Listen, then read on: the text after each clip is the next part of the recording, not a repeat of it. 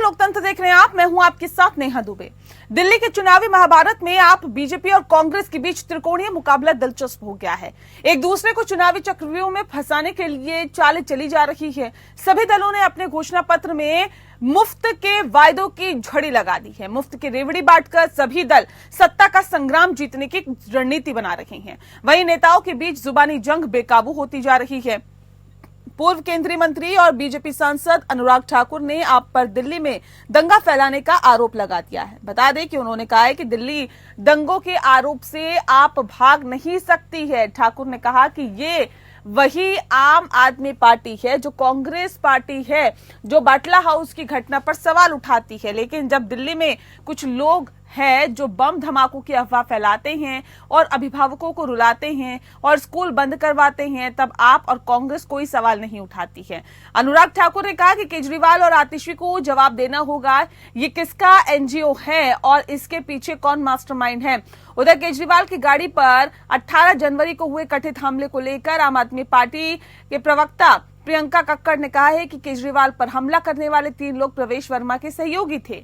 उन्हें बताना चाहिए कि वे ऐसे कुख्यात अपराधियों को क्यों बचाने की कोशिश कर रहे हैं जिन पर हत्या के प्रयास और डकैती के मामले दर्ज है। इसके जवाब में भाजपा नेता शहजाद पूनावाला ने कहा कि आम आदमी पार्टी पहले कहती थी कि वे अपने अपराधियों को विधानसभा नहीं भेजेंगे, लेकिन इस बार आपके उम्मीदवारों की लिस्ट में लगभग 60% कैंडिडेट आपराधिक रिकॉर्ड वाले हैं।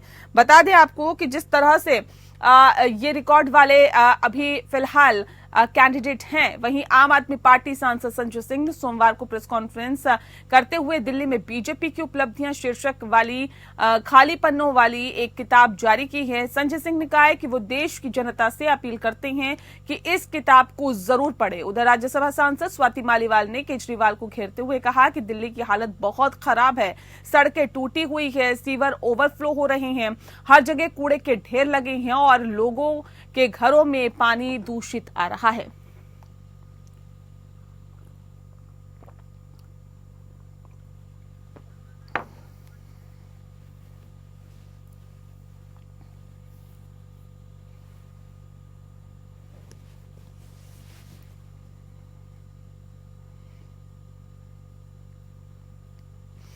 और चलिए इस विषय पे तफसील से चर्चा करते हैं। खास मेहमान हमारे साथ मौजूद है, उनसे आपका परिचय करा देते हैं। इस वक्त हमारे साथ शांत प्रकाश जाटव जी हैं, प्रवक्ता हैं बीजेपी के, स्वागत है आपका। हमारे साथ नवीन गौड़ जी जुड़ गए हैं, प्रवक्ता है आम आदमी पार्टी के, आपका बहुत बहुत स्वागत है। और राज शर्मा जी हमारे साथ है, प्रवक्ता है कांग्रेस पार्टी के, आपका भी बहुत बहुत स्वागत है। सीधे रुक कर लेते हैं शांत प्रकाश जाटव जी का। शांत प्रकाश जी, देखिए बहुत गंभीर आरोप लग रहे हैं प्रवेश वर्मा पे और ये कहा जा रहा है कि हत्या और हत्या के प्रयास की भी कोशिशें की जा रही है। देखिए, जब इनको अपना जो पिछले 11 साल का कोई काम नजर नहीं आ रहा, कोई एजेंडा नजर नहीं आ रहा, पब्लिक के बीच में जाकर के अपना पक्ष रखने की इनकी कहीं भी किसी प्रकार की योजना नहीं कामयाब हो पा रही, तो अब ये जो है बेबुनियाद बातें और बेबुनियाद तर्क देना इन्होंने शुरू कर दिया है। कई मायने में इनको इस चीज का एहसास हो गया है कि आम आदमी पार्टी डबल डिजिट में भी नहीं आ रही है इस बार। इस कारण से कुतर्क, और कुतर्क में तो केजरीवाल जी जो है उनका कोई स्थानीय है ही नहीं। इन्होंने जितने भी चुनाव हैं वो सिर्फ कुतर्क के आधार पर ही जो है लड़े हैं। कहीं भी इन्होंने अपना कोई भी ऐसा काम जनता के बीच में नहीं रखा कि हमने फला प्रदेश में यानी पंजाब में या दिल्ली में हमने ये बेहतर काम किए हैं तो इसके आधार पर हमें वोट दो। केवल एक मुफ्त का शगुफा। अभी आतिशी जी ने क्या कहा कि हम पुरानी शराब की स्कीम को दोबारा लागू कर देंगे, यानी हम आपको एक के साथ एक बोतल फ्री देंगे, तो कहीं ना कहीं दिल्ली वाले फिर लोग में आ जाएं और इन्हें वोट दे दें।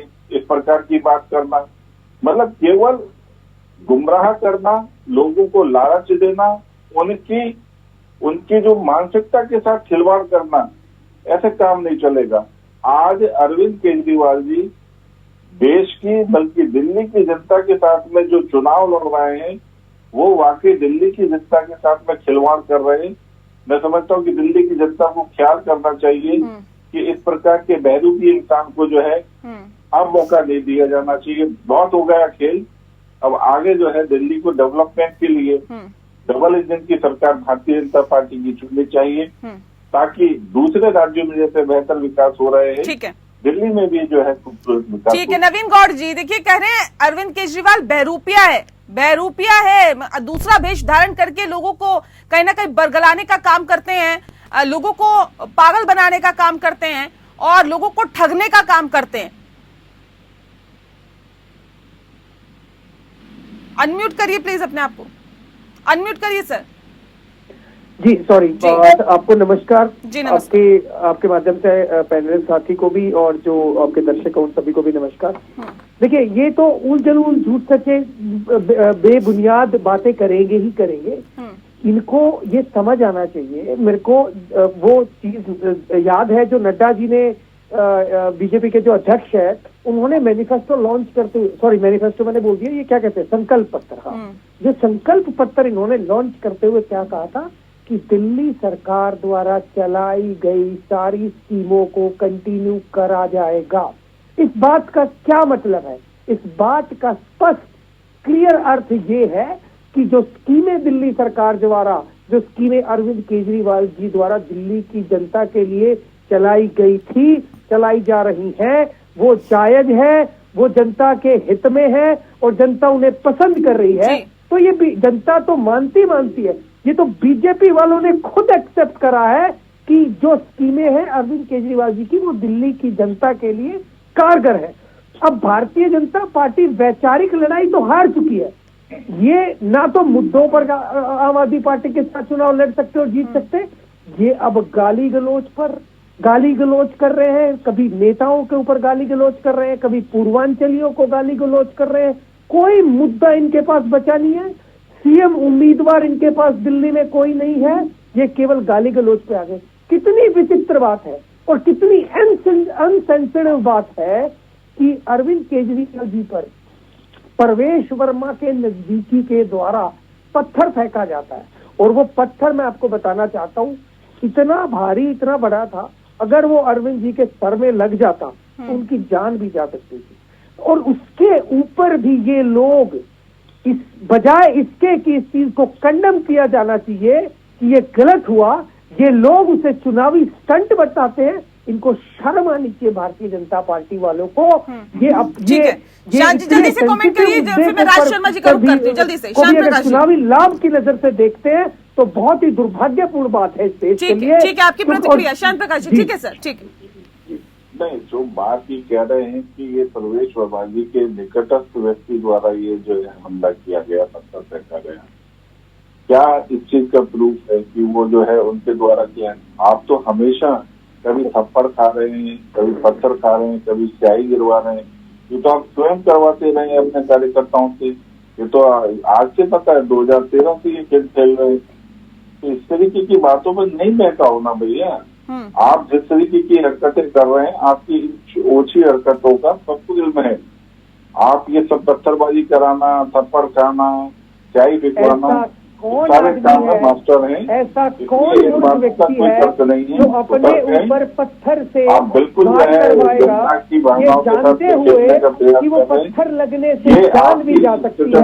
कम से कम मूर्खतापूर्ण बातें तो ना करी जाए, इनसे तो बचा जाना चाहिए।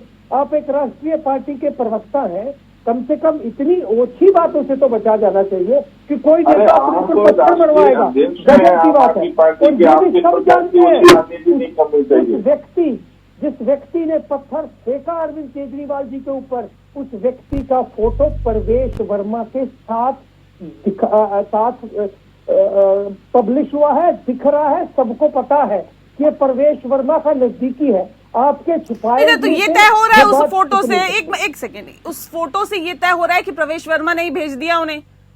तो किस बात से तय होगा? क्या इस बात से ये तय नहीं होगा कि वो परवेश वर्मा का करीबी है? और कैसे तय होगा कि वो परवेश वर्मा का करीबी है? एक राजनेता के साथ अगर अरविंद केजरीवाल के साथ कोई फोटो खिंचवा ले और वो किसी नेता पर हमला कर दे, तो इससे तय हो जाएगा कि अरविंद केजरीवाल ने वो हमला कराया। सर, एक नेता 36 जगह जाते हैं, 36 लोगों के साथ फोटो खिंचवाते हैं। बिल्कुल शानदार बात है, बिल्कुल तय नहीं होता। पर इससे ये भी तय नहीं होता, अगर कोई व्यक्ति, जिस व्यक्ति ने एक मुख्यमंत्री की गाड़ी के ऊपर पत्थर फेंका है, उस व्यक्ति का फोटो विरोधी पार्टी के नेता के साथ है, इस बात से ये कैसे तय होता है ये पत्थर खुद बिकवाया गया है? मैं ये जानना चाहता हूँ। भारतीय जनता पार्टी वालों के नेताओं के साथ फोटो है, वो तो चलो वो तो गलत है, ये खुद बिकवाया है, ये कैसे जायज हो सकता है? ये चलिए आप ये कह रहे हैं प्रवेश वर्मा ने करवाया है, आप क्यों? भारतीय जनता पार्टी वैचारिक लड़ाई हार चुकी है, वैचारिक चुनाव हार चुकी है, ये अब गाली गलौज पे। ठीक है। राज शर्मा जी का मैं रुख कर लेती हूँ, कांग्रेस के नेता है राज शर्मा जी। इस लड़ाई के बीच कांग्रेस अपने आप को कहां पा रही है, कहां देख रही है दिल्ली विधानसभा चुनाव के मद्देनजर? देखिए नेहा जी, मैं एक बात कहना चाहता हूं, ये भारतीय जनता पार्टी जो कि तथाकथित बेटी चलाओ पार्टी है और आम आदमी पार्टी, इनका झगड़ा सिर्फ ऐसे ही चल रहा है जैसे कभी कभी गांव में आप भाभी और ननंद का झगड़ा देखती या आपस में एक दूसरे। अगर मैं एक बात कह रहा हूं कि आम आदमी पार्टी काम नहीं कर पाई तो केंद्र क्या कर रहा था, केंद्र काम क्यों नहीं करा पाई? क्योंकि मेरा ये मानना है कि दिल्ली के चीफ मिनिस्टर की ताकत और जगह के मेयर से भी कम है, और जगह के मेयर में ज्यादा ताकत है, जबकि अगर देखा जाए तो दिल्ली के मुख्यमंत्री के पास सीमित ताकत है। मगर मुझे बस सबसे बड़ा अफसोस होता है, मैं किसी की मतलब तरफदारी नहीं करना चाहता और झूठी बुराई भी नहीं करना चाहता। आम आदमी पार्टी ये उसी चीज से उड़ ली है जो बड़े बड़े झंडे घुमाया करती थी मंच से, आंदोलन करा इन्होंने और सरकार बना ली। लेकिन क्या आम आदमी पार्टी जो लोकपाल चिल्लाती थी, इन्होंने दिल्ली में लोकपाल बनाया? पहली बार ये पत्थर किसने फेंका, क्या फेंका, ये सब इंक्वायरी का वो है। ये दोनों बेकार है। ये हमाम में कहते हैं ना, बच्चे शब्द मतलब इस्तेमाल नहीं करना चाहता, लेकिन ये सब लोग हैं। जैसे मायावती ने एक बार कहा था ना कि सांप नाक और क्या नाग नाथ, ये दोनों एक जैसे हैं, आप इनको मत करिए। और रही बात कांग्रेस की, कांग्रेस देखिए, कांग्रेस ने देश को 1947 से आगे बढ़ाया और आगे बढ़ा के आज इस जगह खड़ा कर दिया जहां पे भारतीय जनता पार्टी सिर्फ मूल मुद्दों को भटका काम कुछ नहीं कर रही है। आज जो देश खड़ा है ये कांग्रेस की सरकारों के द्वारा जनहित में कार्य किए गए, तब जाके आज देश की ऐसी स्थिति बनी हुई है। अच्छा, हर कोई मानने को तैयार नहीं है। मैं कहता हूं इनका तो बस नहीं चलता। अभी मैं किसी वायरल ऑडियो सुन रहा था, एक हंसाने वाला कलाकार कह रहा था ये तो अब ये भी कहने लगे कि अगर मैं नहीं होता तो 2025 भी ना आता। तो इन लोगों पे विश्वास मत करिए निया जी। और मैं आप लोगों से भी एक विनती करता हूं कि देश को बचाने के लिए आपको अपनी रणनीतियां तैयार करनी होगी, क्योंकि चौथा स्तंभ आप हैं। भारतीय जनता पार्टी और आम आदमी पार्टी के नाम से देखिए, आम आदमी पार्टी क्या कहती रही, जिंदगी भर रोना रोना। घर में अगर बच्चा रोता रहता है तो माँ एक कंटाप मार देती है। अब केजरीवाल साहब भी रोते रहते हैं, उनका दिन भर रोना, हर वक्त रोना कि मुझे नहीं करा। मैं मतलब जैसे एक छोटा बच्चा नाक पोंछते हुए मम्मी से कहता है अय्या ने मारा, अय्या ने मारा। अरे भाई आप काम करो भाई। और अगर ये काम नहीं कर रहे थे तो ये जाटव साहब आपकी पार्टी ठीक है। नवीन जी जवाब दीजिए। देखिए, कह रहे हैं कि काम करने के लिए जनता ने आपको सल्तनत सौंपी, लेकिन रोने की आदत है अरविंद केजरीवाल की, वो जाती नहीं है। अच्छा, दूसरा आरोप ये भी लग रहा है कि आप लोग तो कहते थे हम तो जी साफ सुथरी छवि के, हमारे कैंडिडेट साफ सुथरी छवि के। भारतीय जनता पार्टी कह रही कि आपके उम्मीदवार की लिस्ट में लगभग 60% कैंडिडेट आपराधिक रिकॉर्ड वाले कैंडिडेट हैं। ये कैसे साफ सुथरी छवि के हैं? ये कैसे आप लोगों को ये स्टैंप मिल जाए? भारतीय जनता पार्टी की अगर चल जाए ना, तो भारतीय जनता पार्टी सारे के सारे कैंडिडेटों 140 पता नहीं कितने कैंडिडेट्स को ये लोग खराब छवि के बता दे। इनके चलने और चलाने से होगा क्या? क्या दिल्ली की जनता डिसाइड नहीं करेगी कि कौन कैंडिडेट और कौन नेता और कौन पार्टी कौन सी नीतियां उनके लिए कारगर, और कौन झूठ बोल रहा है कौन सच बोल रहा है? इनसे जरा पूछिए तो भाजपा के प्रवक्ता से कि 2014 लोकसभा के मैनिफेस्टो में दिल्ली का इन्होंने एक अलग मैनिफेस्टो बनाया था। दिल्ली के मैनिफेस्टो में इन्होंने लिखा था कि भाई हम दिल्ली को पूर्ण राज्य का दर्जा देंगे। दिल्ली के लोकसभा चुनाव में दिल्ली का अलग मैनिफेस्टो उसमें लिखा था। इनसे पूछिए जरा कहाँ चले गए हैं ये? इनको तो कितने साल हो गए हैं कि ये सेंट्रल गवर्नमेंट में है, क्यों नहीं बना पा रहे दिल्ली को, क्यों नहीं दे पा रहे हैं दिल्ली को पूर्ण राज्य का दर्जा? एक भी बात पर नहीं, वो उसका जवाब नहीं दिया आपने ना। 60% जो उम्मीदवार है वो आपराधिक छवि के हैं। ये कैसे, मतलब ये आप एक आरोप लगना, ये एक बड़ी बात है आम आदमी पार्टी के लिए, जो कि सबसे पहले भ्रष्टाचार को ही खत्म करने की बात कह के आई थी। ये कह के आई थी कि झाड़ू चुनाव चिन्ह हमारा इसलिए है क्योंकि हम भ्रष्टाचार को हटाएंगे, आपराधिक छवि के नेताओं को हम अपना कैंडिडेट नहीं बनाएंगे। साफ सुथरी छवि होना एक पहली प्राथमिकता होगी किसी भी कैंडिडेट के लिए, उसका चुनाव करने के लिए। लेकिन अगर ये आरोप लग रहे हैं तो ये बड़ी बात है। और भाई साफ सुथरी छवि के साथ साथ झूठ बोलने की, तो सर वो झूठ बोलने का जो ट्रैक रिकॉर्ड रहा अरविंद केजरीवाल का, उसका क्या कहिएगा कि मैं गाड़ी नहीं लूंगा, मैं बंगला नहीं लूंगा, मैं कांग्रेस के साथ गठबंधन नहीं करूंगा, वो सब काम किए जो ना कह के आए थे। अनकंडीशनल सपोर्ट करी थी और ये कांग्रेस वाले ही तो थे। अब जो भाई साहब जन लोकपाल बिल की बात कर रहे थे, भाई साहब आपके चक्कर में तो सरकार छोड़नी पड़ी थी अरविंद केजरीवाल को, जन लोकपाल बिल के चक्कर में ही तो सरकार छोड़नी पड़ी थी। अब बड़ी जल्दी भूल जाते हो। और रही बात झूठ की, भारतीय जनता पार्टी सबसे बहुत झूठी पार्टी, इसकी फुल फॉर्म बताई जाए तो वो गलत नहीं होगी। नहीं, कौन क्या है क्या नहीं है वो छोड़िए ना सर। कंप्लीट कर लेता हूं। मैं आ रही हूँ ना, मैं भारतीय जनता पार्टी से सवाल पूछ लूंगी ना सर। उसके लिए क्यों आप परेशान हो रहे हैं? परेशान इस बात के लिए हुई है कि जो अभी हालात और जो स्थितियां हैं उसमें अपने आप को साफ सुथरी छवि का कहना कहाँ तक जायज है? हाँ, तो आपने सवाल पूछा, मुझे जवाब देने का समय दीजिए कृपया। हाँ। इसलिए जरूरी है, सबको पता है, सब जानते हैं, स्पष्ट भी हुआ है कि भारतीय जनता पार्टी ने झूठे, गलत और बेबुनियाद आरोप लगाकर आम आदमी पार्टी को जेल में डालने का षड्यंत्र करा, आम आदमी पार्टी को क्रश करने का षड्यंत्र करा। इनका पर्दाफाश हुआ, सुप्रीम कोर्ट से जमानत मिली, सारे नेता बाहर आए। बड़ी विडंबना है सर। मैं सवाल आप लोगों के बारे में पूछती हूँ, आप फिर बीजेपी पे चले जाते हैं।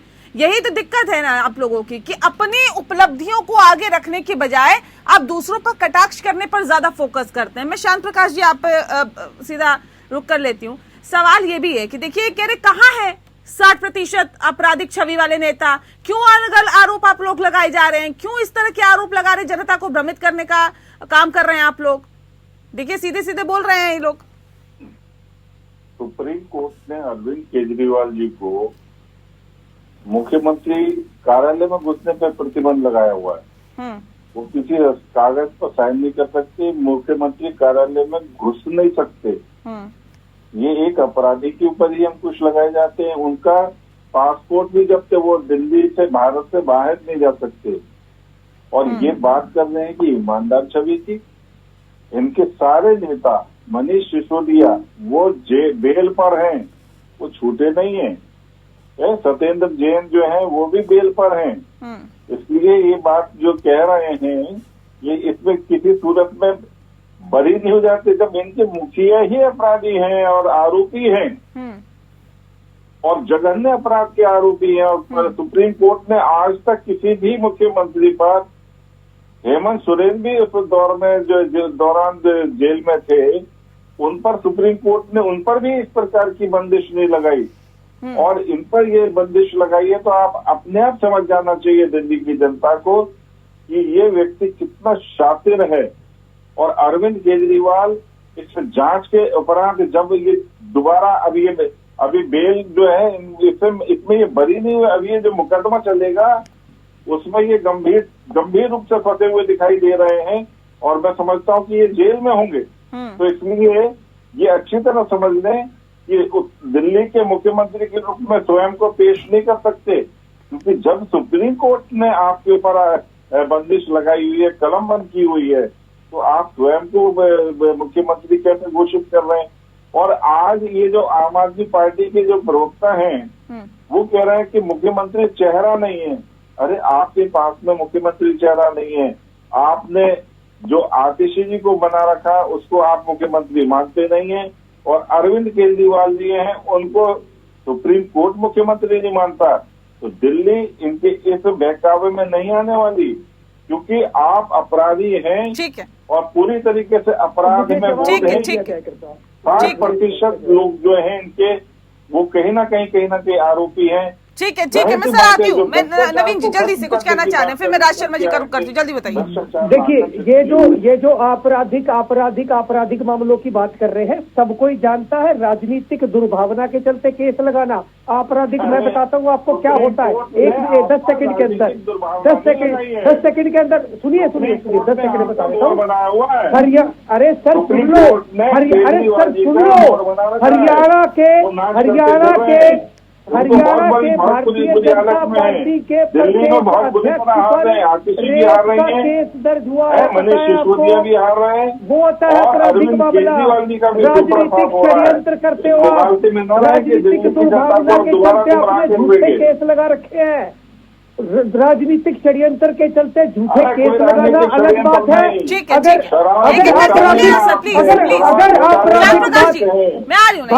भारतीय जनता पार्टी के हरियाणा के प्रदेश दर्ज हुई है हिमाचल प्रदेश में, उसके बारे में भी बताइए जरा।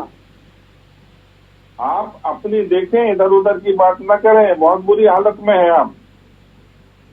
ठीक है, देखिए ये बात तो ये स्वाति मालीवाल भी कह रही हैं कि सड़कें टूटी हुई है, दिल्ली की हालत जो है बहुत ज्यादा खराब हो रखी है, कुछ विकास के कार्य नहीं हुए हैं। उन्होंने कई आरोप यहाँ पर फिलहाल लगाए हैं। उन्होंने कहा कि दिल्ली की हालत बहुत ज्यादा खराब है, सड़कें टूटी हुई है, सीवर ओवरफ्लो हो रहे हैं, हर जगह कूड़े के ढेर लगे हुए हैं और लोगों को दूषित पानी पीने के लिए मजबूर होना पड़ रहा है। नवीन जी, मैं कह रहा हूँ बड़ी जल्दी दिखने लग गया स्वाति मालीवाल जी को। ये बहुत जल्दी पिछले 10 साल में कुछ नहीं दिखा उनको। आप इसके पीछे दुर्भावना समझने की कोशिश करिए। इन्होंने कहा कि आपराधिक मामले हैं, सबसे ज्यादा केस हमारे 67 में से 62 MLA में तो भारतीय जनता पार्टी वालों ने केस लगवा रखे थे। नंबर 1। नंबर 2, इन्होंने शायद मेरी बात नहीं सुनी, मैं रिपीट करता हूँ। हरियाणा के भारतीय जनता पार्टी के जो प्रदेश अध्यक्ष है मोहनलाल बड़ौली, उन पे रेप का FIR दर्ज हुई है। कहां पर? हिमाचल प्रदेश में। उस पे वो आपराधिक मामला है कि नहीं, इनसे पूछिए ना जरा, क्या कहेंगे। दे दिया उन्होंने इस्तीफा? नहीं दिया, वो है आपराधिक मामला। अब राजनीतिक षड्यंत्र के चलते आप कुछ भी बोलोगे। सबसे ज्यादा केस तो आम आदमी पार्टी के नेताओं पर भारतीय जनता पार्टी वालों ने करवा रखे। ठीक है राज शर्मा जी, देखिए एक दूसरे पे ये आरोप प्रत्यारोप कर रहे हैं। ये कह रहे हैं कि मुख्य मुकाबला जो है वो भारतीय जनता पार्टी से, भारतीय जनता पार्टी आम आदमी पार्टी से समझ रही है। अब ऐसे में इनके बीच में अपनी पैंट बनाना एक बड़ी चुनौती फिलहाल दिखाई दे रहा है। एक तो फ्री बीज का मामला, दोनों ने ही झड़ी लगा दी है मुफ्त में जो योजनाओं की या पैसे देने की या फिर ऐसी सुविधाएं देने की जिससे कि लोगों को सीधे लाभ मिल सके। ऐसे में इस बीच अपनी जगह बनाना अब लग रहा है कि एक बार फिर से बहुत ज्यादा टेढ़ी खीर साबित हो सकता है। नेहा जी, मैं एक और बात बता दूं, अभी मैं दोनों काबिल दोस्तों को सुन रहा था, मगर आप इस बात को नजरअंदाज नहीं कर सकते कि मेरे दोनों काबिल दोस्त एक भी बार ये नहीं बता रहे थे कि हमने ये काम, तुमने मुकदमे हैं, तुम्हारे 60 विधायकों पे मुकदमे, तुम्हारा प्रदेश अध्यक्ष। आम जनता को इन चीजों से मतलब नहीं रहता। जिस पे मुकदमा सच्चा होगा जेल जाएगा, झूठा होगा छूट जाएगा। बात यहाँ पे ये देखी जाने वाली बात है कि दिल्ली की जनता को क्या फायदा मिला। जो आपने कहा क्या उस पे खरे उतरे? और मैं कह रहा है कि देखिए, जिम्मेदारी सिर्फ दिल्ली की सरकार की ही नहीं बनती। वहां पे लेफ्टिनेंट उनका गवर्नर बैठा है, उनके पास सर्वोच्च ताकत है। मैं ये कहता, अगर मान लो कोई आप नहीं काम पर है, मैं काम करवा लूं आपके से। भाई काम तो करवा सकती थी ना भारतीय जनता पार्टी, या भारतीय जनता पार्टी इसलिए काम नहीं करा रही थी कि वो ये कहे कि आम आदमी ने नहीं कराया। एक दूसरे को गालियां देने से पहले जनता का भला भी तो सोचें आप। जनता किसके पास जाएगी? जनता को इस चीज से मतलब नहीं है कि हरियाणा के प्रदेश अध्यक्ष ने कुकर्म किया और कुकर्म की सजा उसे वहां मुकदमा कायम हो गया। ये प्रशासन का काम है, प्रशासन शासन देखे, पुलिस का काम है। मगर यहाँ मैं देख रहा था ये दोनों काबिल दोस्त, एक इंस्पेक्टर बन रहा था, एक CEO बन रहा था। मैं इन दोनों दोस्तों को कहना चाहता हूँ, आप कम से कम इतनी देर में ये तो कहते कि हाँ भाई मैंने ये काम कर दिया जो पिछली सरकार। आप बताइए आपने कितने स्कूल बनाए आम आदमी पार्टी के, बता दीजिए आप। देखिए जो सच बात है उसको बोलना चाहिए। और मैं जाटव साहब आपसे भी और नवीन साहब आपसे भी एक बात कहना चाहता हूँ, हमें एटलीस्ट टीवी पे झूठ नहीं बोलना चाहिए। नो डाउट हमारा दायित्व है पार्टी को डिफेंड करना, not at the cost of आत्मसम्मान। ठीक। आप आत्मसम्मान को बेच देते हो, ये मुझे अच्छा नहीं लगता। आने वाले लोग आप ही और हमसे सीखेंगे। क्या सोचेंगे वो लोग राजनीति में आना ही नहीं छोड़ देंगे, क्योंकि उन्हें लगेगा ये झूठ के पुलिंदा बन जाते हैं। अरे कभी तो सच बोलने की आदत डालो, एक दूसरे पे डाल रहे हो क्यों? तुम्हारे 62 हैं मुकदमे हैं कि तुमने बीजेपी ने डाले। मैं कह रहा मैं इस बात का इत्तेफाक नहीं रखता जब से, और इस बात को कहना भी मुनासिब समझता हूं कि जब से भारतीय जनता पार्टी आई है आपस में पार्टियों में देश भावना बहुत ज्यादा बढ़ गई है। और मैं फिर कहना चाह रहा हूं जाटव साहब, आप लोग को सुधरिए। मैं आजकल जो दिन चल रहे हैं वो ये चल रहे हैं कि कुंभ चल रहा है कि कुंभ में पाप धुल जाएंगे, लेकिन जो अनजाने में पाप वही धुलेंगे जो अनजाने में करे हैं आप लोगों ने। अनजाने में कोई मेरी गाड़ी से गिलहरी मर गई, वो पाप मेरे अनजाना है, मैं गंगा में नहाऊंगा। जो जानबूझ करके आप पाप कर रहे हैं वो इस जन्म में किसी तरह नहीं धुलेंगे, और अगर धुलेंगे तो वो मरने के बाद। चलिए वक्त की कमी है मेरे पास। बहुत शुक्रिया आप सभी मेहमानों का हमारे साथ इस खास चर्चा में शामिल होने के लिए। लोकतंत्र में फिलहाल के लिए इतना ही, मुझे दीजिए इजाजत, नमस्कार।